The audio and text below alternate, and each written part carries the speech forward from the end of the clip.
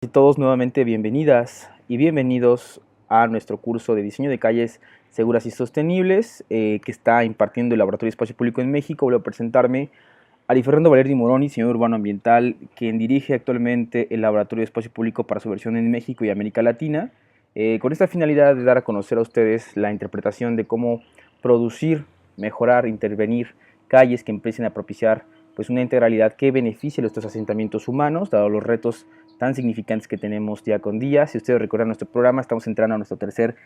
punto de interpretar a las calles como espacio público, y tal cual un espacio público viene a interpretarse como un sistema medioambiental. Así que vamos a entrar el día de hoy a este tema.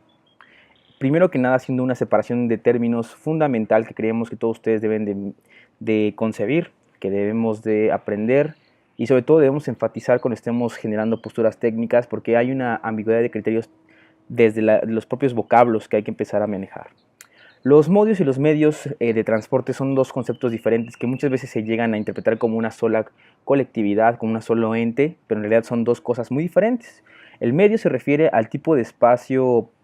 como terrestre, aéreo o marítimo, también puede ser espacial.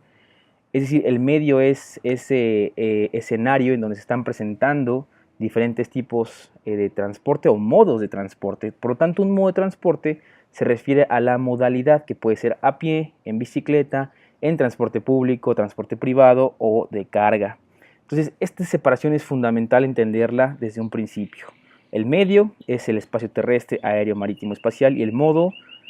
pues puede ser a pie, en bicicleta, en transporte público, privado, de carga y demás, como la tracción animal, por ejemplo, que hayamos visto también anteriormente en otros videos. Bueno, para que también tengamos una noción más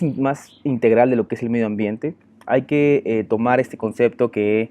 enfatizamos aquí en el curso, que es ese espacio en el que se desarrolla la vida de los seres vivos y que nos permite sobre todo interactuar, así como también está conformado por nosotros como seres y entes vivos, pero también por elementos que no tienen vida o también llamados elementos abióticos, elementos artificiales. Para hacerlo más claro, el medio ambiente urbano tiene ambas partes.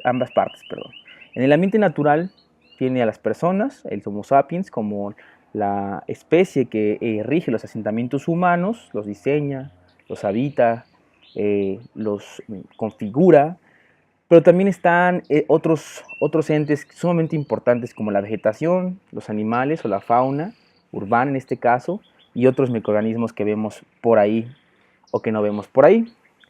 Así como también hay una serie de componentes que conforman el medio ambiente artificial, que es una segunda subdivisión del medio ambiente urbano. Aquí encontraremos pues la relación de los edificios, los pavimentos, todos estos materiales que se generan a través de la construcción y la configuración del espacio natural hacia lo artificial, y bueno, creando también por supuesto redes de infraestructura y sobre todo, y muy importante, los vehículos, ya sea de tracción motorizada o de tracción no motorizada. Entonces todos esos elementos van a configurar entre cada uno de ellos y sus sumas pues todo un medio ambiente urbano, un ecosistema que va a ejercer a su vez un papel fundamental en el medio ambiente, tanto en el clima como en la humedad, como en la temperatura, como en la propia habitabilidad del mismo, si promueve una permanencia, si promueve una movilidad continua. Es así que la suma de estos nos va a dar como resultado entonces una variación entre pues lo que estemos interpretando.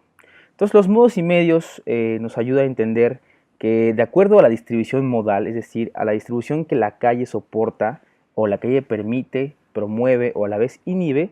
va a recaer directamente en el diseño y sobre todo en cómo se puede modificar en el medio ambiente a través del diseño de las calles. Ustedes recordarán que es común hablar sobre el medio ambiente natural y artificial, y esta pirámide ha dado la vuelta al mundo. Se conoce también como la pirámide de movilidad o bien la pirámide por vulnerabilidad de los usuarios de la vía pública, es decir, todos los que estamos haciendo uso del espacio público, de las calles en este sentido como espacios públicos, tenemos cierta prioridad, ya sea mayor o menor, de acuerdo también a dos factores, como les decía en el título, la vulnerabilidad, pero también el otro es la eficiencia. Por eso hoy en día las políticas internacionales están propiciando a que llevemos hacia el entendimiento de que la prioridad de la vulnerabilidad en las vías urbanas pues son para los peatones, las personas que caminan, que se mueven a pie o se desplazan en algún tipo de, con algún tipo de elemento de asistencia para moverse, como cuáles son estos tipos de elementos: una silla de ruedas, puede ser una andadera, ¿no? Puede ser también un bastón, unas muletas, y es aquí donde entra la inclusión de las personas con discapacidad, propiamente los niños como agentes del espacio público con menores capacidades por efectivamente las proporciones de su propia constitución física. Y bueno,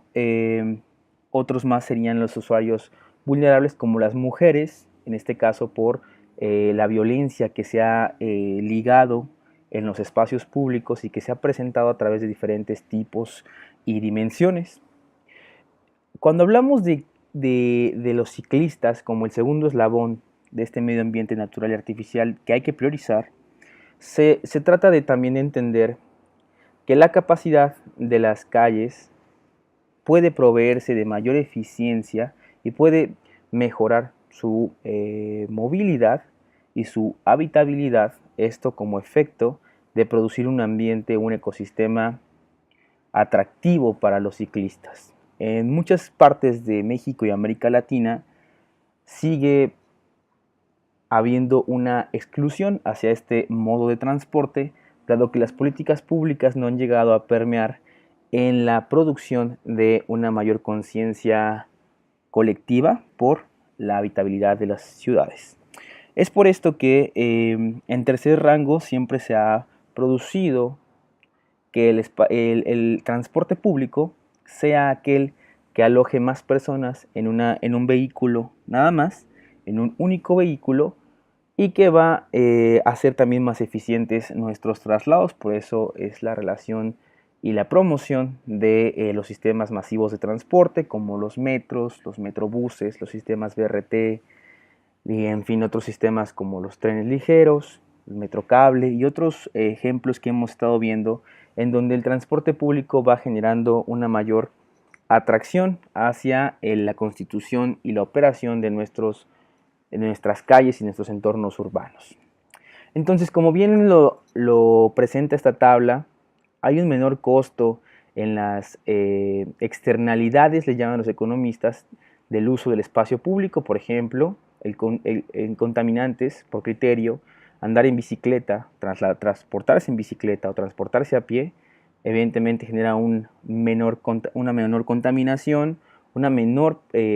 presión hacia el ecosistema de la calle, hacia este medio ambiente, y por supuesto un aprovechamiento aún mayor del espacio urbano, que veremos más adelante el concepto de matemáticas urbanas básicas, algo que es sumamente vital para interpretar por qué estos tres peldaños son sumamente importantes a la hora de pensar y rediseñar las calles.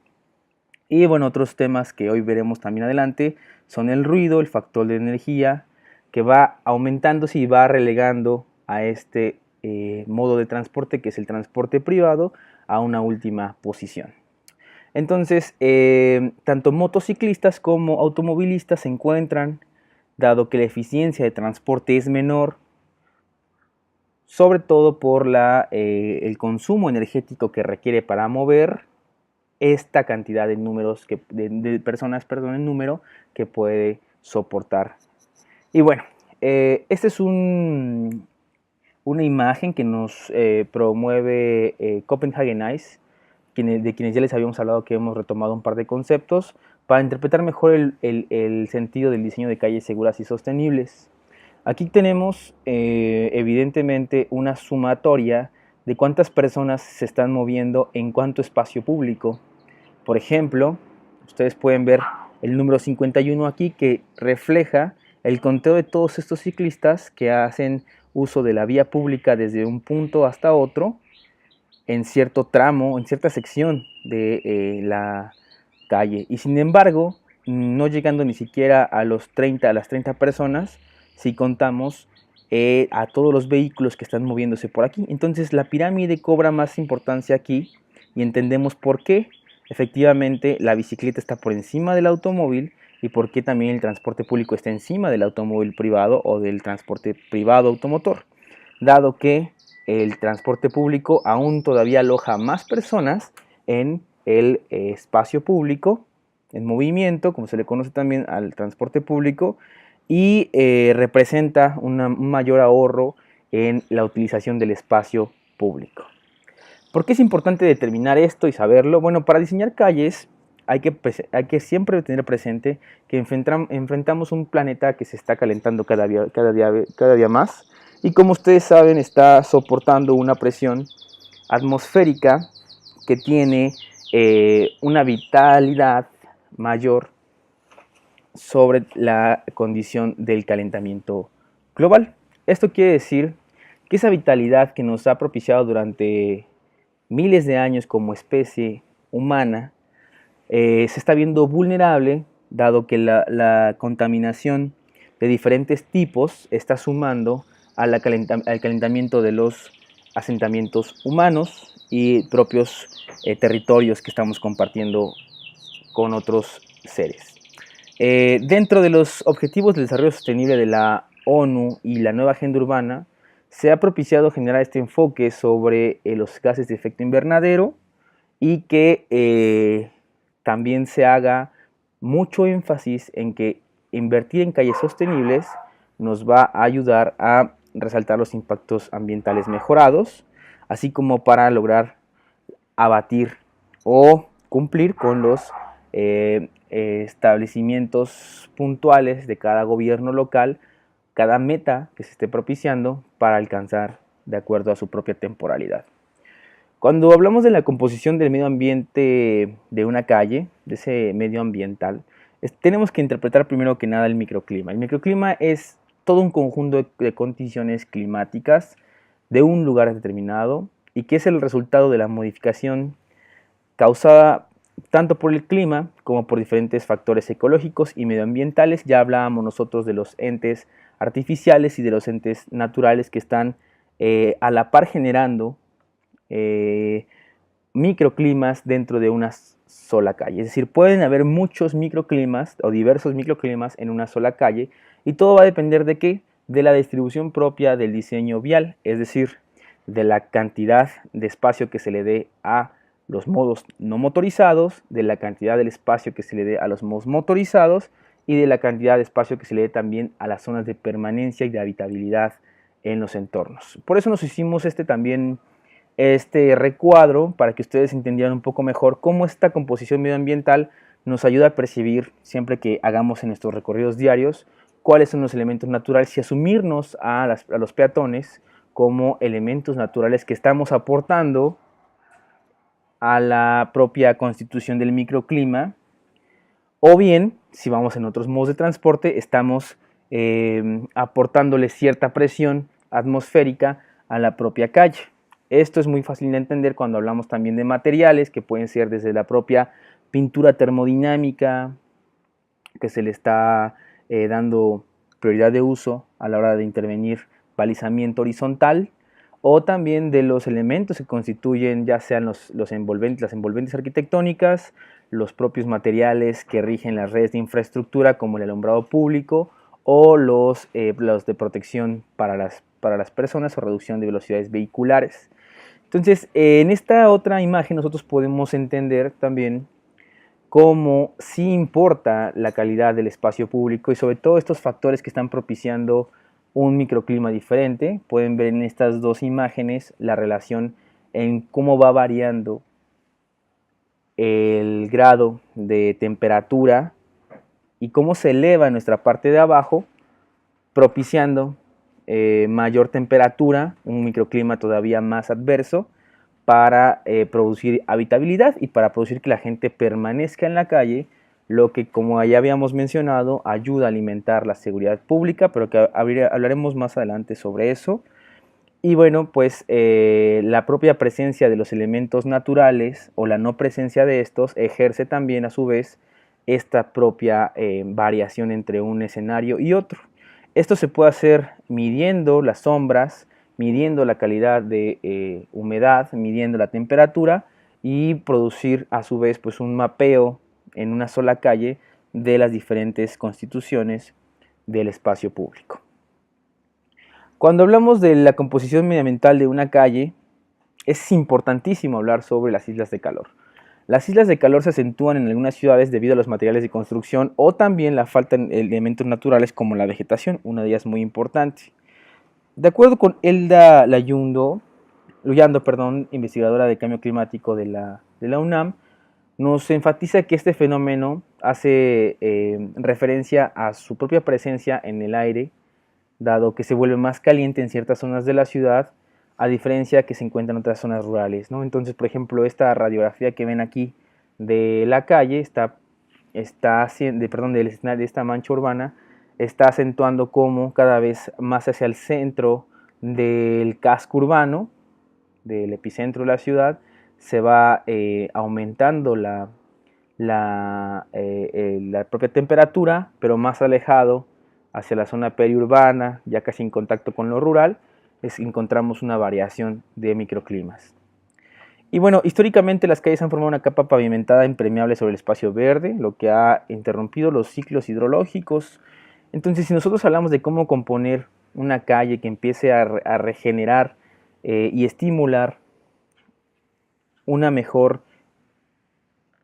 interpretación del propio sistema de la ciudad como un sistema único de redes, hay que hablar del estímulo a la caminabilidad y la permanencia, es decir, que nuestras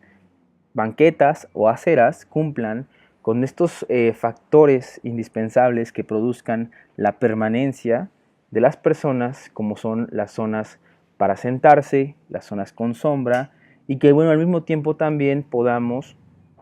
propiciar calles completas, es decir, calles que además consideren otros factores y otros modos de transporte como son la infraestructura ciclista, que también promueva a su vez y rompa con esta calle pavimentada que tenemos siempre como algo, un estigma ya sumamente dentro de nuestro diseño vial, pues el estímulo a la captación del agua de lluvia, las calles como sistemas medioambientales se refiere propiamente a captar el agua de lluvia, a mejorar la composición del paisaje urbano y de verdad generar un ambiente más incluyente, así como el estímulo a la ornamentación en los itinerarios peatonales, es decir, que vaya variación en lo que encontremos en nuestras calles y en nuestros recorridos de a pie, y el estímulo a la reducción del ruido, dado que el ruido permea sumamente de manera constante a la propia habitabilidad de una calle.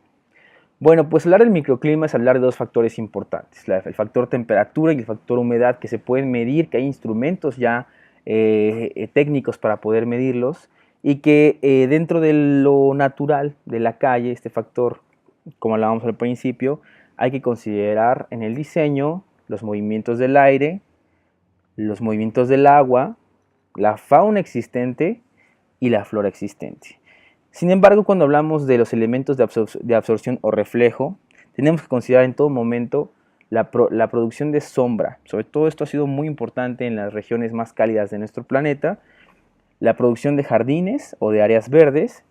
y sobre todo en los entes artificiales siempre darle esta priorización hacia las modalidades de transporte que nos ayuden a mejorar el microclima. Aquí tenemos una imagen de una calle convencional donde encontramos una distribución, cierto señalamiento horizontal, vertical, algunas redes de infraestructura de iluminación, rampas, huellas táctiles, podotáctiles para las personas que quizás tengan alguna debilidad visual. En fin, toda una serie de composición, pero lo que estamos buscando ahora llegar es a un escenario todavía más nítido en donde haya mayor ordenamiento del espacio público y sobre todo haya promoción de la infraestructura ciclista y salvaguarde, todavía mejor a las personas a pie. Entonces, dándole cumplimiento a la pirámide por vulnerabilidad de los usuarios de la vía, aquí podemos encontrar cómo está mejor atendido el itinerario peatonal, se crean zonas de permanencia, hay una delimitación de la infraestructura ciclista que cuida y que invita al ciclista todavía a mejorar sus traslados por hacerlos más seguros. Hay una mejora en la interpretación del señalamiento horizontal, marcando exclusivamente las zonas de prioridad ciclista, las zonas de paso ciclista, de cruce ciclista, en fin. Y bueno, hay que hablar también sobre esta aportación que nos han dado durante mucho tiempo los árboles, la más arbórea de las ciudades, y que por ejemplo en esta imagen que rescatamos pudimos presenciar cómo cumple una doble función este diseño urbano. Es decir, por un lado está respetando el crecimiento de la raíz. Recuerden que la raíz de los árboles crece de acuerdo a su copa. Pues, al parecer esta es una especie de jacaranda en donde produce cierta expansión de la raíz que podría dañar incluso al pavimento, pero con esta ampliación que se le hace en esta parte, además de reducir el cruce, ¿verdad?, peatonal, aunque quizá pueda ser mucho mejor a través de una rampa o bien alojar un tipo de mobiliario urbano para que inhiba el cruce. En fin, estrategias sobran. También puede ser contenedor del estacionamiento, es decir, inhibir el estacionamiento en esta parte y al mismo tiempo producir su alineación, su ordenamiento, que muchas veces pasa que el estacionamiento es rebasado y nos invaden zonas peatonales. Bueno, existen dos tipos de calles que hemos decidido utilizar en nuestro curso, las cuales son las calles orientadas al auto y las calles orientadas a la multimodalidad. En estos dos esquemas que vemos en pantalla ustedes pueden visualizar una calle tradicional que está repartida a través de dos tipos de modalidades, dos tipos de modos de transporte, es decir, a pie y el transporte privado. Cuando queremos propiciar un mejor entendimiento del diseño urbano, es importante hablar sobre la configuración que podemos hacer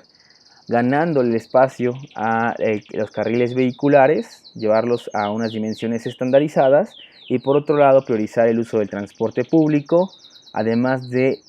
incluir infraestructura ciclista. Pero este ecosistema no nada más es multifuncional, sino además promueve que haya una mejor capacidad de personas que se mueven, que se distribuyen o se están transportando de acuerdo al tipo de calle. Es decir, en la calle que está orientada al uso del auto podemos tener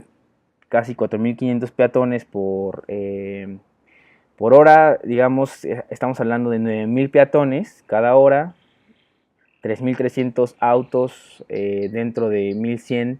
cada hora. O bien,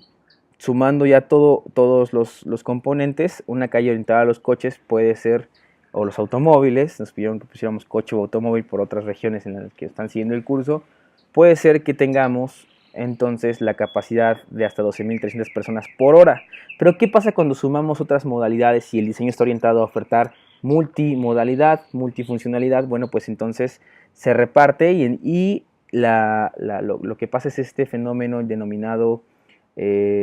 producción de las diferentes modalidades en beneficio de la infraestructura o también demanda induciva. La demanda inducida viene a generar que el uso del espacio público promueva que otros elementos y otros factores naturales se apropien de esto beneficiando por supuesto, como ya hablábamos, al microclima o a la vulnerabilidad de nosotros como especie utilizando el espacio público. Pero también hablamos de salud y seguridad. Los árboles urbanos y la vegetación nos va a ayudar a disminuir el estrés y el comportamiento agresivo en las ciudades y se han relacionado con la reducción del crimen. Esto, como nos dice el Global Street Design Guide, se puede interpretar si podemos irnos un poco más a entender qué es una calle verde. Una calle verde es aquella en donde predomina la masa arbórea, en donde predominan los espacios naturales, y que tiene a través de barriles de lluvia y la plantación de árboles, como dice aquí, de entre 3 y 6 veces son más efectivos el manejo de las aguas pluviales por cada $1.000 invertidos en métodos convencionales. Entonces una calle más verde es una calle que nos permite todavía tener más permeabilidad del agua de la lluvia y con beneficio a que nuestros propios pavimentos no se dañen como convencionalmente se hace y estemos invirtiendo nuevamente en distribuir el agua de una manera equivocada o mezclarla con aguas que son de diferentes tipos,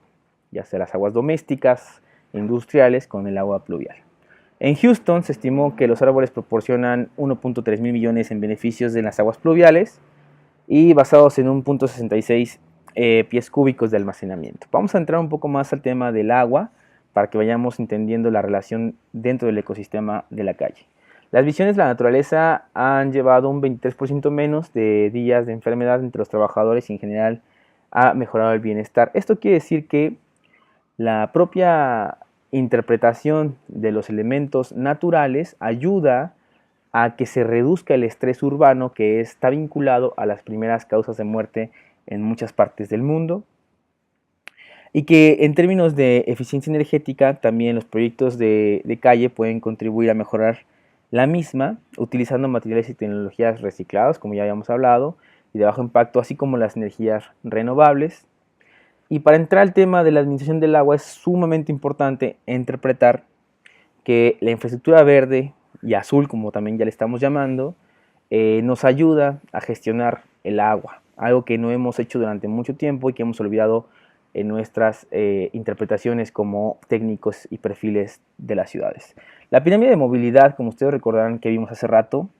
ha sido modificada últimamente por diferentes entes. Nosotros hicimos esta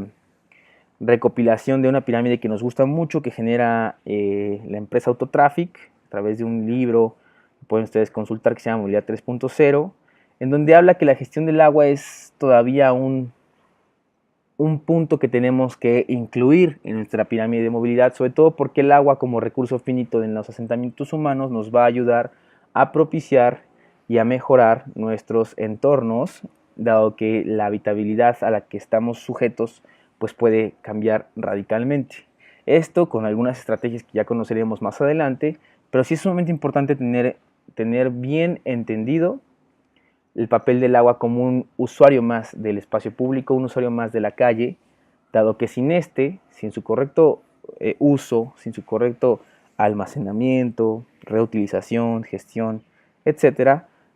vamos a seguir propiciando todavía entornos urbanos más hostiles, y que para esto tenemos un libro que sugerimos mucho en el curso que se llama Urban Street Stormwater Guide de la NACTO, donde vienen a generarnos una serie de indicadores y de términos técnicos sobre la creación de pues hábitat y calles todavía más resilientes al agua. También hemos rescatado este breve esquema que habla sobre cómo se distribuye la función social del agua. La Autoridad del Espacio Público en la Ciudad de México hizo un estudio en donde hablan sobre cómo llevar la propia Ciudad de México, que se fundó sobre agua, hacia algo más permeable a esta, más sensible, ¿no? Cómo sus espacios públicos, incluyendo las calles, pueden llegar a ser pues todavía escenarios con mejor habitabilidad. Esto nos dice entonces, para tenerlo un poco mejor entendido, que hay conductores acumulativos sociopolíticos que pueden ayudar a mejorar todavía nuestra función de servicio de entrega del agua, teniendo en cuenta qué factores: el suministro propio del agua, el suministro hidráulico, el acceso de la población al agua, el drenaje de la ciudad, cómo protege la salud pública y qué esquemas de saneamiento existen, como dentro del alcantarillado, como hablábamos hace un momento, si se relaciona, si es independiente, si se tienen diferentes tipos. La protección contra las inundaciones y la canalización de este drenaje habla sobre el sistema de desagüe de la ciudad y cómo la comodidad social y la protección ambiental está sumamente ligado a los canales propios que tiene una ciudad, que muchos de esos canales pueden llegar a ser propiamente calles. Puntos fuertes y difusos de la gestión de la contaminación: entender que hay un ciclo del agua de la ciudad, un ciclo social del agua, que nos va a ayudar a entender cuáles son esos límites de nuestros propios recursos y consumo, y la diversidad de fuentes de conservación que nos van a ayudar a protegernos aún más y sobre todo a proteger nuestras calles. Esto es también entender, por otro lado, que la ciudad sensible al agua nos va a ayudar a generar una equidad integracional, la resistencia al cambio climático, que hablábamos hace un segundo, y la infraestructura multifuncional. Otra vez llegamos a lo multifuncional a lo multimodal. Entonces, bueno, eso es una imagen que se rescata del documento. Ustedes ya pueden contar con este documento en esta biblioteca del curso. Les sugerimos que le echen una revisada, que le pongan atención sobre todo a los términos que están utilizando ahora para interpretar cómo nosotros como diseñadores urbanos, diseñadores técnicos de las ciudades, tenemos que entender el ciclo espacial del agua, ¿no? Y se trata de retrasar el movimiento del agua, de cómo retenerlo, de cómo almacenarlo y cómo volverlo a reutilizar, así como también volverlo a drenar. Esto es tenerle un ciclo que ayude a complementar su propio ciclo natural. Para esto hay un catálogo de estrategias sensibles al agua. Nosotros rescatamos algunos que por tiempo pues nos gustaría enseñarles todos, pero creo que vale la pena mencionar aquellos más importantes. Ya hemos hablado de las calles verdes, que es una de las estrategias que menciona, de cómo generar mayor importancia del arbolado urbano, pero también de los jardines pluviales estaremos entrando ahora para también concebir un poco sobre las plazas de agua o calles de agua, también como le llaman. El jardín de lluvia o el jardín pluvial tiene como base la generación de estudios que ayude a calcular cuánta agua está recibiendo el espacio público, en este caso la calle, qué paleta vegetal es endémica de la región, o sea, propia de la región, que nace de manera natural en estos asentamientos humanos, las velocidades que se permiten en la calle, los anchos de carril mínimos en normativas, ¿no? En esto tenemos, por ejemplo, ya en México un manual de calles, que estaremos hablando de él más adelante, que nos ayuda a definir cuáles son los anchos mínimos y las velocidades permitidas por el tipo de calle, así como las dependencias topográficas. Y estos son los estudios primordiales que necesitamos para entender qué es un jardín de lluvia. Un jardín de lluvia es una extensión del espacio público que comparte el ser humano, pero con las especies vegetales, es decir, como hablábamos a un principio, con esos entes naturales que nos van a ayudar a todavía mejorar la cantidad de humedad que hay en el espacio público y con esto mejorar el microclima, además de, por supuesto, limpiar nuestros mantos freáticos que se han contaminado. Los jardines de lluvia buscan captar precisamente el agua pluvial y buscan sobre todo retenerla, almacenarla y pues hacerla reutilizable a la hora de filtrarla hacia ya sea un conducto propio del sistema de alcantarillado, que es diferente, está separado del sistema de agua de drenaje, de disposición sanitaria, o bien filtrarla, como decíamos, hacia los mantos freáticos. Los jardines de lluvia están poco normados, no hay tanta información sobre cómo inducirlos en las calles, sin embargo sabemos que se sugiere, al menos en la normativa de la ciudad en donde opera el Laboratorio de Espacio Público en México, que posee una franja mixta que ayuda a separar la franja de circulación peatonal de la franja del arroyo vehicular, donde puede ir un ciclista, un vehículo, etcétera, y que está separada por dos guarniciones que están pues delimitadas hacia la profundidad sobre 30 centímetros, 1 metro,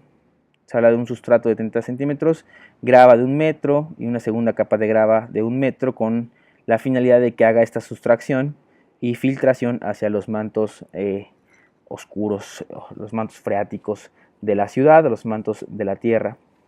En fin, aquí tenemos otro ejemplo de un jardín de lluvia diferente al que habíamos ya empezado a conocer. Sus constituciones son variadas, son de acuerdo al propio diseño que se le asigne, pero es muy importante también entender la ubicación. Por ejemplo, aquí tenemos una calle local, ya la habíamos presentado con anterioridad en el curso. Si nosotros volvemos a rediseñar esta calle y pensar ahora como estos entes y este concepto de la calle como un espacio compartido, pero sobre todo como un ecosistema, como una interpretación medioambiental, podemos entender que hay lugares específicos donde se pueden promover los jardines de lluvia y que además ayudan a contener las velocidades vehiculares, como hablábamos hace un momento sobre los estudios que requiere, y nos ayudan además de disminuir el carril vehicular, pues producir las bajas velocidades, lo que hace que haya una mejor experiencia entre la convivencia de los usuarios de la movilidad, de los modos de transporte, perdón, no motorizados con los motorizados, peatones, ciclistas, transporte privado. Hemos encontrado diversas estrategias de ubicar los jardines de lluvia, pueden ser toda una franja, pueden ser en esquinas, pueden ir acompañados de árboles, pueden estar próximas a las intersecciones. Todo esto va a variar de acuerdo a el diseño de la propia calle. Por ejemplo, esta es una calle tipo secundaria quizás. Y bueno, para entrar ahora a las calles de agua, sobre este tema, en realidad hay poca información, pero les sugerimos que vayan a conocer en el documento de la Autoridad del Espacio Público que tenemos almacenado en nuestra biblioteca. Es un documento que ya no se encuentra tan fácil en internet, pues nosotros rescatamos una calle emblemática que tenemos en México, es el río Santiago en San Luis Potosí, lo conocimos hace un par de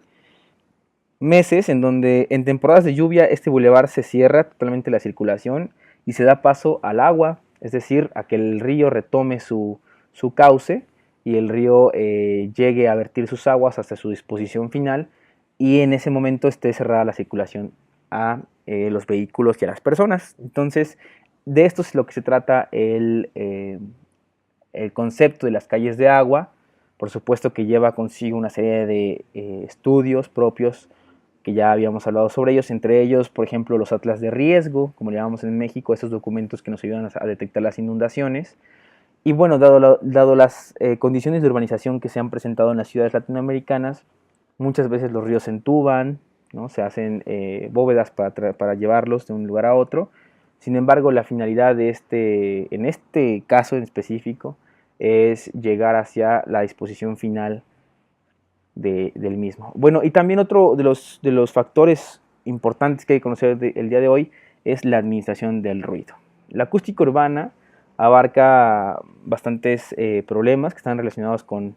la disminución del ruido, ya dado que las vibraciones no solo nos afectan a nosotros los seres humanos, sino también a los inmuebles. Y en los centros históricos ya hay más cascos históricos, hay más normativas que podemos conocer sobre la administración del ruido, dado que es sumamente importante conocer y concebir que una calle en donde el ruido rebasa tu capacidad de hablar con otra persona, efectivamente es una calle en donde la habitabilidad está en duda. ¿Cuáles son las fuentes de ruido en las calles? Bueno, pues el transporte automotor, los comercios, industrias, las áreas rediseñadas, así como la actividad lúdica o de recreación que hacemos los seres humanos en ellas. Nosotros sugerimos mucho el libro de la contaminación sónica en sitios patrimoniales que hace una investigadora mexicana, Carmina Fernández de Lara, de donde nos basamos para conocer las normativas permitidas en diferentes países, actualizada. Entonces, en nuestro Drive, en nuestra carpeta matriz, ustedes encontrarán esta tabla que habla sobre los decretos que han habido en diferentes países y en qué año se ha hecho esto, y cuántos decibeles están permitiendo, ya sean hospitales, áreas de descanso, barrios suburbanos y casas aisladas, edificios multifamiliares en el centro, áreas de servicios o zonas industriales. Entonces vale la pena ir conociendo y sabiendo si ustedes en sus países, en cada uno de ellos, están normando el ruido. Si hay decretos, háganoslo saber en nuestro grupo de WhatsApp, sigamos interactuando por este. Y bueno, dentro de el ruido, para que nosotros tengamos una mayor apreciación de cómo podemos abatir el ruido a través de nuestras calles, hacerlas más seguras y sostenibles, tenemos que ir en definitiva a nuestro esquema anterior. Este esquema, recordarán ustedes que hay pues una serie de patrones que estamos llevando hacia el entendimiento de el espacio público como un ecosistema, como un medio ambiente que está siendo vulnerable por nosotros, los seres humanos, porque el ruido que manifiesta el congestionamiento, el tráfico, los propios comercios, las propias zonas habitacionales, tienen un daño físico y psicológico dentro de los seres humanos. Entre ellos están los dolores de cabeza, irritabilidad, nerviosismo, hay mareos, fatiga, hipertensión, problemas estomacales. Y por supuesto a nuestro sistema auditivo también le causa externalidades como el zumbido, la pérdida de la capacidad auditiva, la sordera de tipo profesional, entre otros. Para protegernos del ruido existen, como habíamos visto, esa tabla que les presentamos hace un momento, pero también, además de esos medios administrativos legales que son las regulaciones, digamos, administrativas, los decretos, además de ello, también hay métodos técnicos. Los métodos técnicos pueden ser medios de protección activos, es decir, silenciadores, cajas herméticas, detalles constructivos, tipos de materiales en la arquitectura, pero todavía más puede ser el apantallamiento de los edificios, es decir, la forma en la que tiene el diseño arquitectónico que puede crear defensa contra el ruido, perdón, así como también podemos buscar otro tipo de consideraciones generales para disminuir el ruido, como por ejemplo lo que son las pantallas acústicas. En este caso, la masa arbórea que ustedes ven aquí puede ayudar a generar esta pantalla acústica, es decir, estos elementos que interpuestos forman barreras entre la fuente de emisión del ruido con los elementos de habitabilidad de la propia calle, ¿no? El efecto de esta protección de las pantallas se puede calcular incluso. El valor del apantallamiento depende de la altura de la pantalla, en este caso de los árboles, su altura, su follaje, en fin, entre otras consideraciones. Hay ejemplos ya muy avanzados de cómo mejorar cómo mejorar la calidad del ruido, cómo evaluarlo. Y bueno, pues nosotros los invitamos también a que sigamos interpretando estas calles como sistemas medioambientales y que, como pueden ver, han sido una serie de factores que hemos abordado, como el ruido, el agua, la masa arbórea, la presencia de los animales dentro de las calles. Y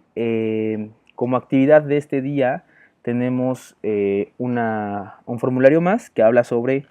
si hemos entendido la diferencia, por ejemplo, entre los modos y medios de transporte, como iniciábamos este video, así como también si hemos entendido la definición del medio ambiente, para que le demos paso a entender mejor en nuestro próximo video la multimodalidad, cómo crear estos escenarios de manera técnica y sobre todo vinculada a la nueva agenda urbana, que es nuestro siguiente módulo y del cual estamos pues ya ansiosos de presentarles. Así que bueno, pues esto ha sido todo de nuestra parte el día de hoy. Los vamos a seguir viendo y escuchando en el siguiente video. Entonces nos vemos en la próxima.